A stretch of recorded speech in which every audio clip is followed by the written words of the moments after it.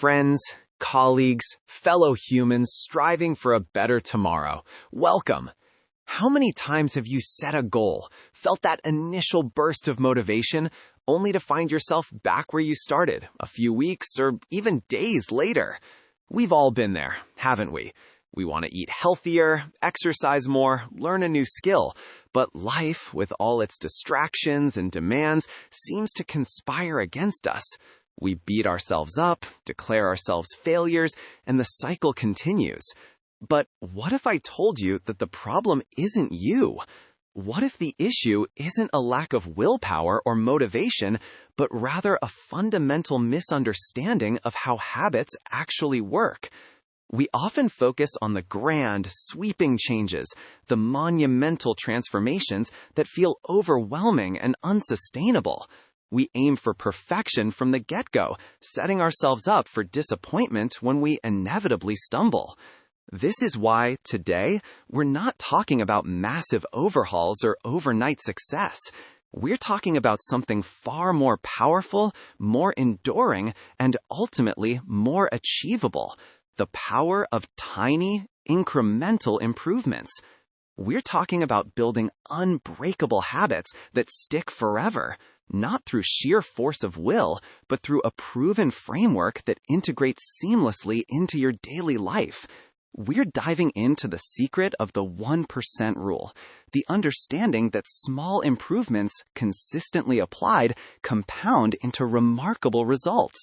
Imagine just 1% better each day could lead to being 37 times better after 1 year. This isn't about another quick fix or empty promise. It's about understanding the science behind habit formation, about leveraging the power of your environment, and about designing a system that makes good habits inevitable and bad habits unattractive. We're going to dismantle the myth of overnight success and embrace the reality of consistent progress. We will equip you with practical strategies to break free from procrastination, master your daily routine, and create a life filled with purpose and fulfillment.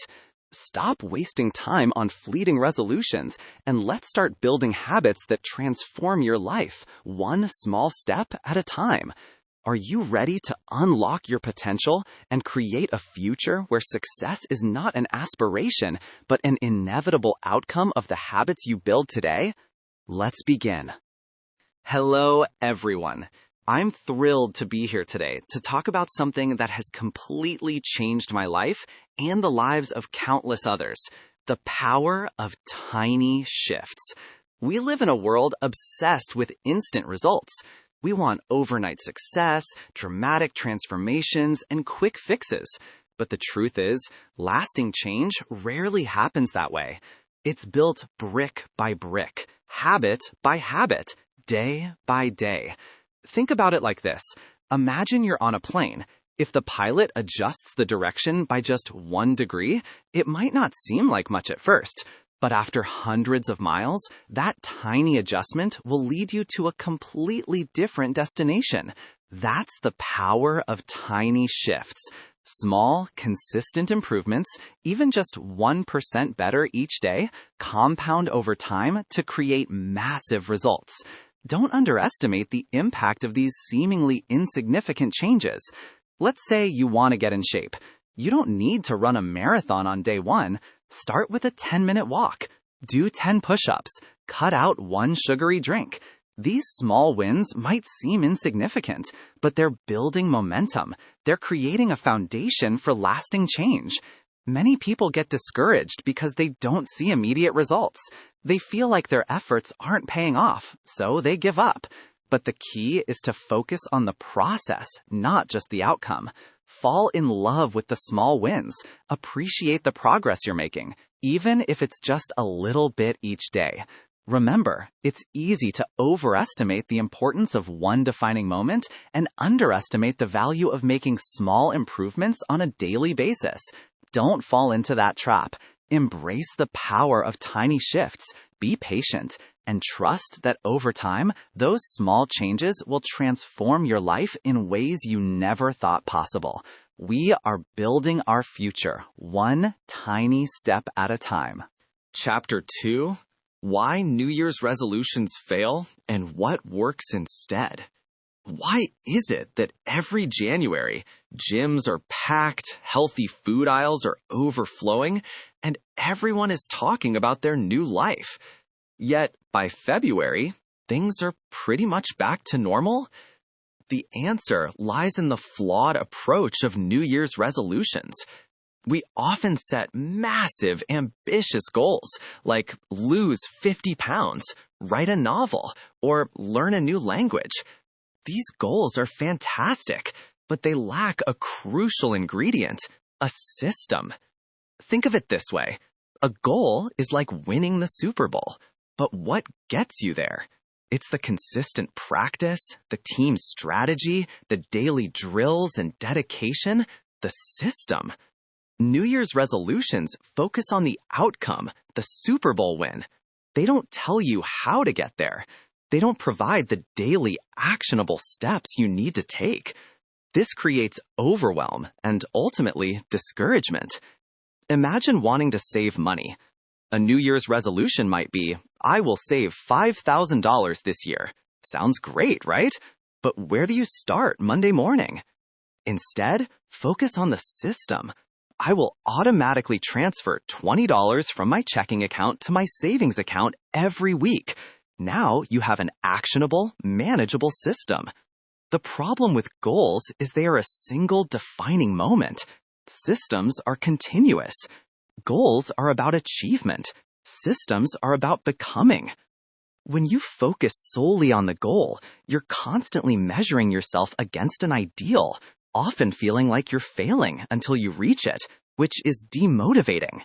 Systems, on the other hand, are about progress. Each small step forward is a victory. Did you transfer that $20? Great, you're succeeding in your system. Did you walk for 20 minutes today instead of aiming for an hour at the gym?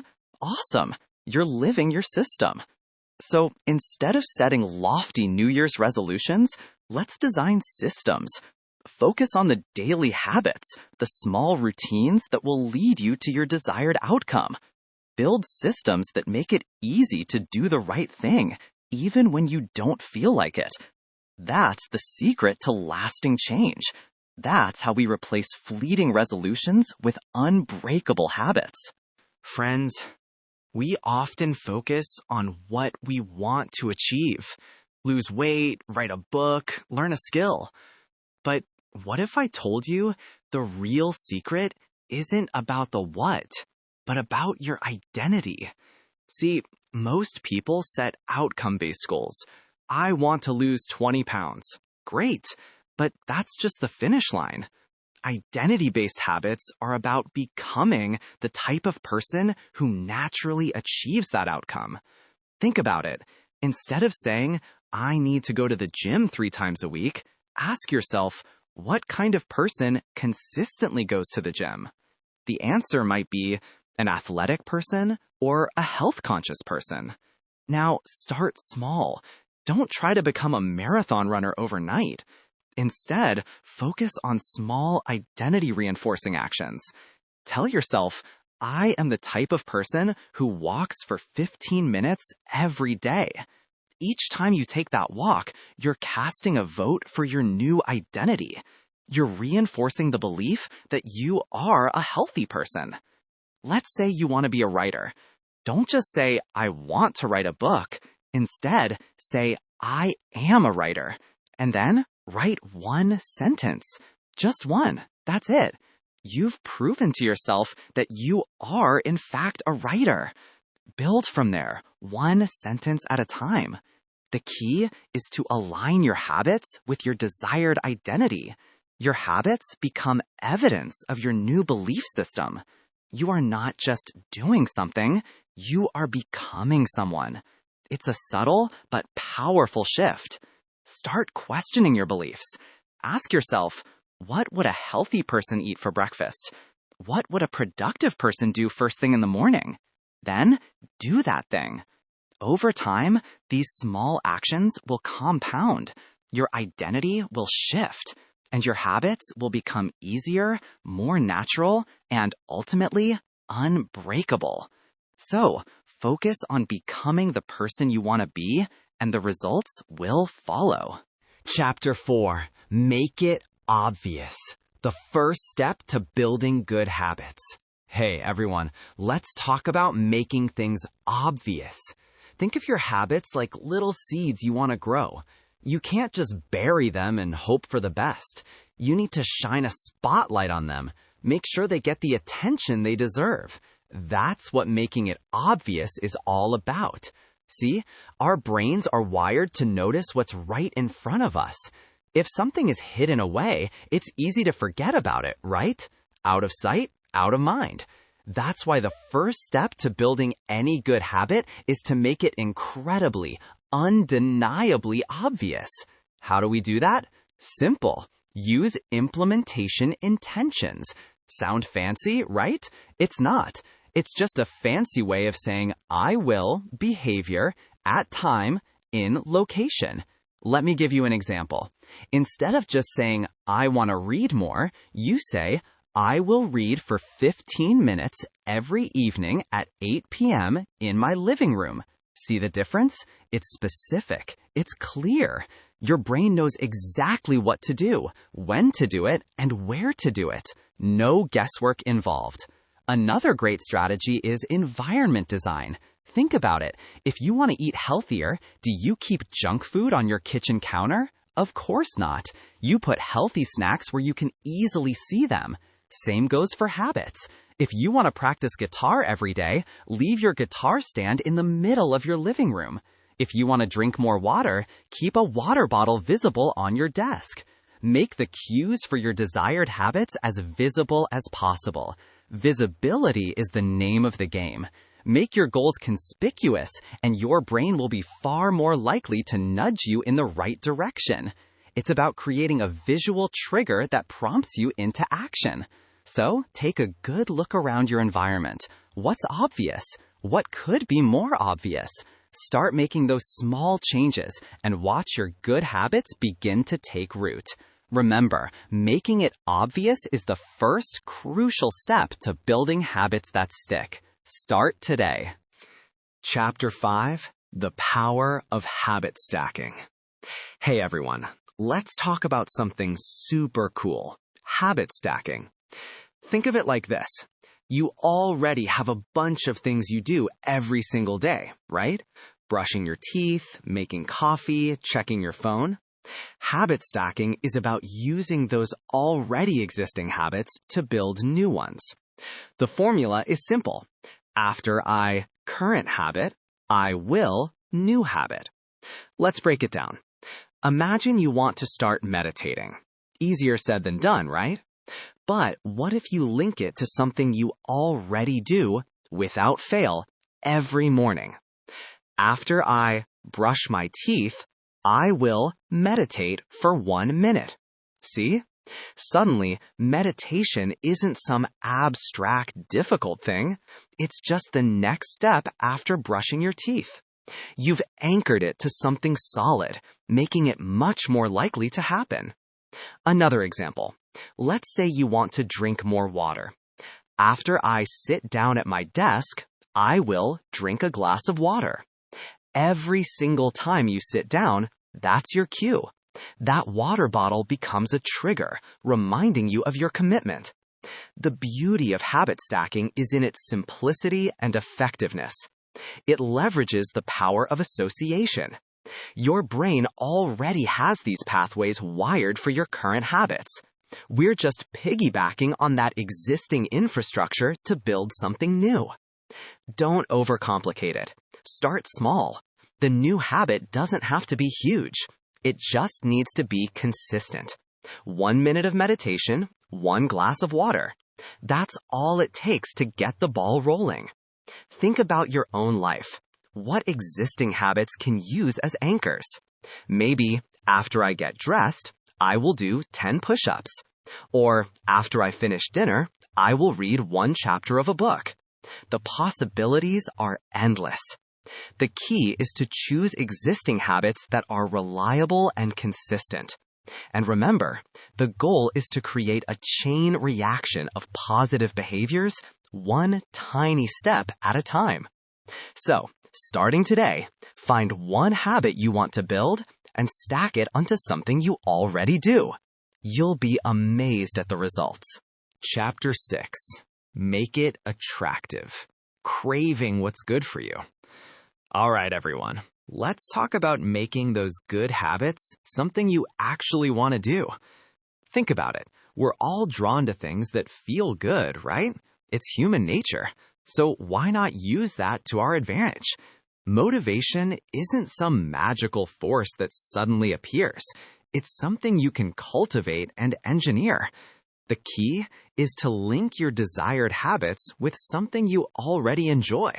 We want to make those healthy habits super appealing. This is where temptation bundling comes in. It's a fancy term, but the idea is simple. Pair something you need to do with something you want to do.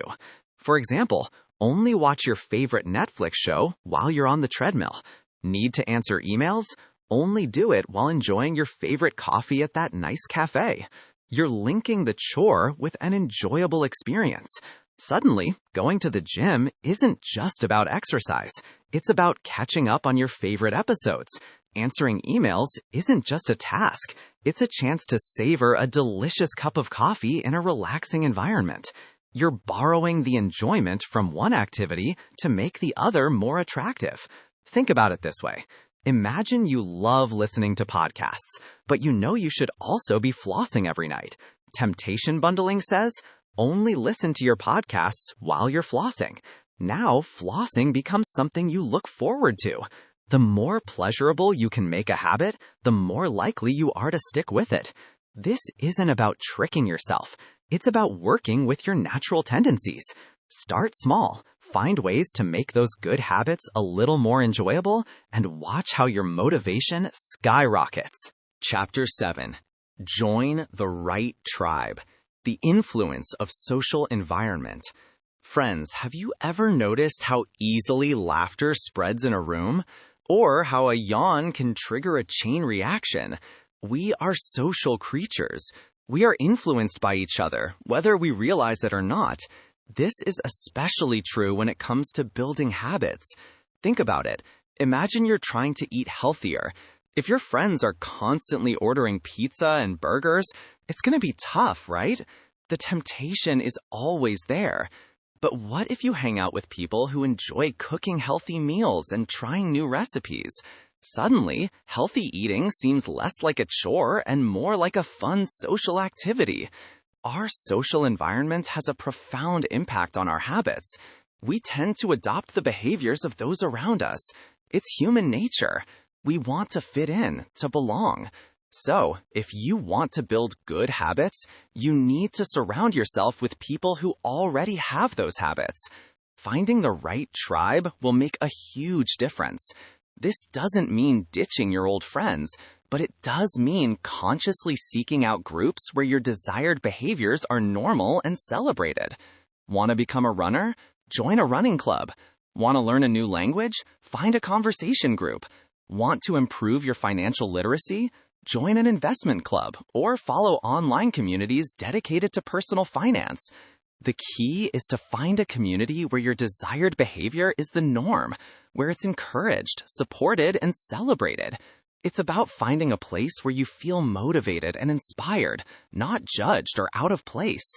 Remember, you are the average of the 5 people you spend the most time with. Choose those 5 people wisely. Surround yourself with people who lift you higher, who inspire you to be better, and who support you in building the habits that will lead you to the life you want. Your environment shapes you. Choose it carefully. Chapter 8. Make it easy. Reduce friction and simplify. Friends, how many of you have a gym membership that's collecting dust? Or a book you've been meaning to read for months, but it's still sitting on your shelf? We all have these things, these aspirations that seem so easy in our minds, but become monumental tasks in reality. The problem isn't that you're lazy, it's that you're making it too hard on yourself. Think about it. The harder something is to do, the less likely you are to do it. It's basic human nature.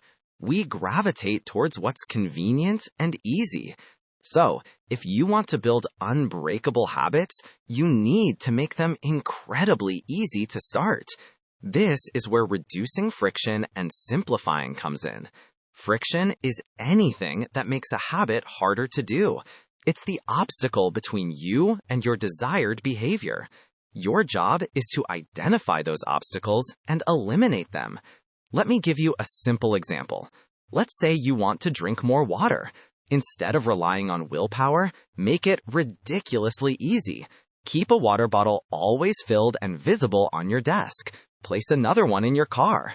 Have a glass of water right next to your bed before you sleep. Suddenly, drinking water isn't a chore, it's just available. You've reduced the friction so much you practically can't avoid it. Another example. If you want to read more, don't keep your books in a box in the garage. Stack them on your bedside table. Make the book the first thing you see in the morning and the last thing you see at night. That reduced friction will make you more likely to pick it up. The key is to identify the smallest, simplest version of your desired habit. What's the absolute easiest way you can start? Can you lay out your workout clothes the night before? Can you prep your breakfast the day before? Can you delete distracting apps from your phone? Don't aim for perfection right away. Aim for easy. Aim for effortless. Start with something so small, so ridiculously simple that you can't possibly fail. Once you've mastered the easy version, you can gradually increase the difficulty. Remember, the goal isn't to force yourself into new habits. It's to design your environment and your life in a way that makes good habits inevitable. Make it easy, my friends, and watch those habits stick. Chapter 9. Prime your environment for success. All right, everyone, let's talk about your surroundings. Think about it. Your environment is constantly whispering cues to your brain. It's either helping you or hindering you. So let's make it a helper. This is about setting up your space, your home, your office, even your car, to support the habits you want and discourage the ones you don't. It's like creating a stage for your best self to perform. Let's start with decluttering. A cluttered space leads to a cluttered mind. When your surroundings are chaotic, it's harder to focus, harder to make good decisions, and much easier to give in to bad habits. Imagine trying to eat healthy in a kitchen overflowing with junk food. It's an uphill battle. Instead, create a clean, organized space. Imagine this. You want to read more. Instead of piles of mail and bills on your nightstand, you place a book there. Suddenly, reading becomes the obvious choice. You've primed your environment. Organization is key. Everything should have a place, and everything should be in its place. This isn't about being a neat freak. It's about minimizing friction. If your gym clothes are neatly laid out the night before, you're far more likely to actually go to the gym. If your workspace is clean and organized, you're more likely to sit down and focus. Think about your bad habits too. Are there triggers in your environment? If you spend too much time on social media, maybe move your phone charger out of your bedroom. Make it slightly harder to reach for that phone first thing in the morning. Prime your environment to support your goals. If you want to drink more water, keep a water bottle visible on your desk. If you want to practice guitar, keep your guitar out of its case and readily accessible. The easier you make it to do the things you want to do, the more likely you are to actually do them. Remember, your environment is a powerful tool. Use it wisely. Don't let it sabotage your efforts. Instead, design your surroundings to guide you towards success, one tiny intentional change at a time. Okay, let's talk about rewards. Why do we do anything at all? Because it feels good, right? At least, eventually. But here's the thing. Good habits often have delayed rewards. Going to the gym, saving money, eating healthy, these are all investments in your future self. The problem is, our brains are wired for instant gratification. We want the cookie now, not a six-pack later. So, how do we bridge that gap? How do we make those good habits feel good now? The answer is simple. Make it satisfying. Create a system of rewards that reinforces your progress. The key is to make sure the reward is tied directly to the habit and that it's something you genuinely enjoy. Let's say you're trying to read more. Don't just aim to read a book a week. After you finish a chapter, treat yourself to a cup of your favorite tea or coffee. Or maybe you want to start meditating every day. After your 5-minute session, allow yourself to listen to your favorite song. See? Small, immediate rewards that directly follow the desired behavior. These rewards don't have to be huge. In fact, smaller is often better because it makes the reward more sustainable. The goal is to create a positive feedback loop that reinforces the habit and makes you more likely to repeat it in the future. Don't underestimate the power of a simple pat on the back for yourself. Even a mental acknowledgement of "good job" can work wonders. The more satisfying a habit is, the more likely you are to stick with it.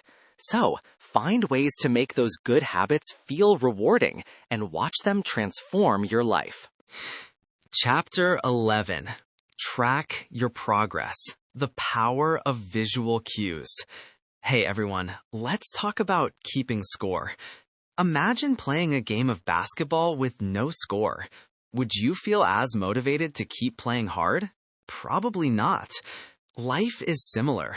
We need to see our progress to stay fired up. That's where tracking comes in. Tracking your habits isn't about being obsessive. It's about making progress visible. It's about giving yourself proof that your efforts are actually paying off. Our brains love visual confirmation. When we see that we're moving forward, even in small steps, it reinforces the behavior and makes us want to keep going. Think about it. Have you ever used a step counter? Seeing that number climb throughout the day, how does it make you feel? It's a little boost, right? That's the power of a visual cue. So, how do we do this with habits? Simple. Use a habit tracker. This could be a calendar, a spreadsheet, an app, anything that lets you visually mark when you complete a habit. Let's say you want to read for 20 minutes every day. Put a big X on your calendar each day you do it. After a few weeks, that chain of X's becomes incredibly motivating. You won't want to break the chain.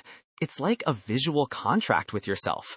Don't underestimate the power of simplicity here. A basic checklist can be surprisingly effective. The key is to choose a method that works for you and that you'll actually use. Experiment with different tools and find what keeps you engaged. The act of tracking itself also brings awareness. It forces you to pay attention to your behavior. You start noticing patterns, you see when you're slipping, and you can make adjustments before it's too late. It's like having a personal coach who's always giving you feedback. Remember, the goal isn't perfection, it's progress. If you miss a day, don't beat yourself up. Just get back on track the next day. The visual cue of your tracker will remind you of your commitment and help you stay consistent. Make those small wins visible and watch your motivation soar. 12. The 2-minute rule. Overcoming inertia. Okay, friends, let's talk about getting started. How many times have you told yourself you're gonna start something new, only to find yourself putting it off and off and off? We've all been there. That's inertia, that feeling of being stuck. The 2-minute rule is your secret weapon against it. It's simple. When you're starting a new habit, make the first step incredibly small. So small, it feels almost ridiculous. Think about it. Want to start reading more? Don't aim for an hour a day. Instead, read 1 page. Want to exercise regularly? Don't plan a grueling workout. Just put on your workout clothes. The idea is to make the initial action so easy that you can't say no. It breaks down the mental barrier and eliminates that feeling of overwhelm. Getting started is often the hardest part. Once you've taken that first tiny step, the momentum builds. Putting on your workout clothes might lead to a 5-minute walk. Reading 1 page might turn into reading a chapter. The 2-minute rule isn't about achieving big results in 2 minutes. It's about making it easy to start. It's about creating a gateway, a starting point that's so achievable, it pulls you in. It's about tricking your brain into getting moving, because once you're in motion, it's much easier to keep going. So, what tiny step can you take today to start building the habits you want? Remember, small beginnings can lead to big transformations. Okay, let's be real. Life happens. You will miss a workout. You will eat that extra slice of pizza. You will skip writing in your journal one day, or maybe even a week. It's not about if you fall off the wagon. It's about how quickly you climb back on. Think of it like this. You're walking down a path, building your new habit. You trip. Do you just lie there and say, well, guess I'm a failure. This path wasn't for me? No way. You dust yourself off and keep walking. The key is to minimize the damage. Don't let one slip up turn into 2, then 3. Never miss twice. If you miss your morning workout, get back at it the next day. One bad meal doesn't ruin your diet. Just make your next meal a healthy one. Don't beat yourself up. Self-criticism is a motivation killer. Instead, practice self-compassion. Talk to yourself like you would talk to a friend who's struggling. It's okay. Everyone makes mistakes. Let's get back on track. Think about it. If you're driving and take a wrong turn, do you give up and abandon the car? Of course not. You correct your course and keep going. It's the same with habits. A small detour doesn't mean you throw away the whole journey. Acknowledge the slip-up, understand what triggered it, and plan for how to handle it differently next time. Maybe you were stressed and reached for comfort food. Next time stress hits, have a healthier alternative ready, like a walk or a cup of tea. Remember, building good habits is a marathon, not a sprint. There will be setbacks, but it's your response to those setbacks that truly determines your success. So, dust yourself off, learn from your mistakes, and keep moving forward, one small step at a time. You've got this. 14. The dark side of good habits. We've built these amazing habits, right? We're crushing our goals. But here's the thing about habits. They can become comfortable. Too comfortable. Think of it like this. You learn to ride a bike. At first, it's tough. You wobble, you fall, but soon you get good. You can ride without thinking. Now, imagine you keep riding the same easy path, day after day. You're good at it, sure, but are you getting better? Probably not. That's plateauing. It's when your progress stalls, even though you were doing the same things that once helped you improve. Your brain is efficient. Once a habit is formed, it goes on autopilot. You're not thinking, not pushing, and therefore not growing. So how do we avoid this dark side of good habits? The key is continuous improvement and adaptation. This means regularly reflecting on your habits and refining them. Ask yourself, am I really getting better, or am I just going through the motions? Maybe you're running the same route every day. Great, but could you add some hills? Could you try for a faster time? Maybe you're meditating every morning. Wonderful. But are you truly present, or are your thoughts wandering? Could you try a different type of meditation? The point is to constantly challenge yourself. Don't let your habits become stale. Look for ways to make them harder, more engaging, and more effective. Embrace the mindset of a beginner, even when you're an expert. A beginner is always learning, always questioning, always pushing themselves. That's how we stay sharp, avoid complacency, and continue to grow, even after our habits are firmly in place. Remember, stagnation is the enemy of progress. Keep learning, keep challenging yourself, and keep refining those habits. Your future self will thank you for it. All right, everyone. Let's bring it home with Chapter 15. Embrace the long game. Consistency is king. We've talked a lot today. Tiny habits, making them obvious, attractive, easy, and satisfying. But all of that is just the groundwork. The real magic happens over time. Think of a bamboo tree. For years, nothing seems to happen. You water it, you fertilize it, but no sprout. Then, boom, it shoots up unbelievably fast. Was it the last week of watering that did it? No, it was all the consistent effort, unseen, underground, building a strong root system. Your habits are the same. You might not see results immediately. You might feel discouraged. You'll think, is this even working? That's normal. That's the bamboo tree phase. But don't stop watering. Don't stop fertilizing. Keep showing up. Keep doing those small things, because eventually you'll reach your bamboo moment and you'll be amazed at how far you've come. Remember the 1% rule. Getting 1% better each day might seem insignificant, but it compounds. Over a year, that's like growing almost 38 times better. That's huge. But the flip side is also true. If you get 1% worse each day, you'll decline to almost 0. That's why consistency with good habits is so crucial. It's not about perfection. It's about progress, about showing up, even when you don't feel like it. Embrace a growth mindset. Believe that your abilities and intelligence can be developed through dedication and hard work. See challenges as opportunities to learn and grow, rather than obstacles. Change is slow. There will be setbacks.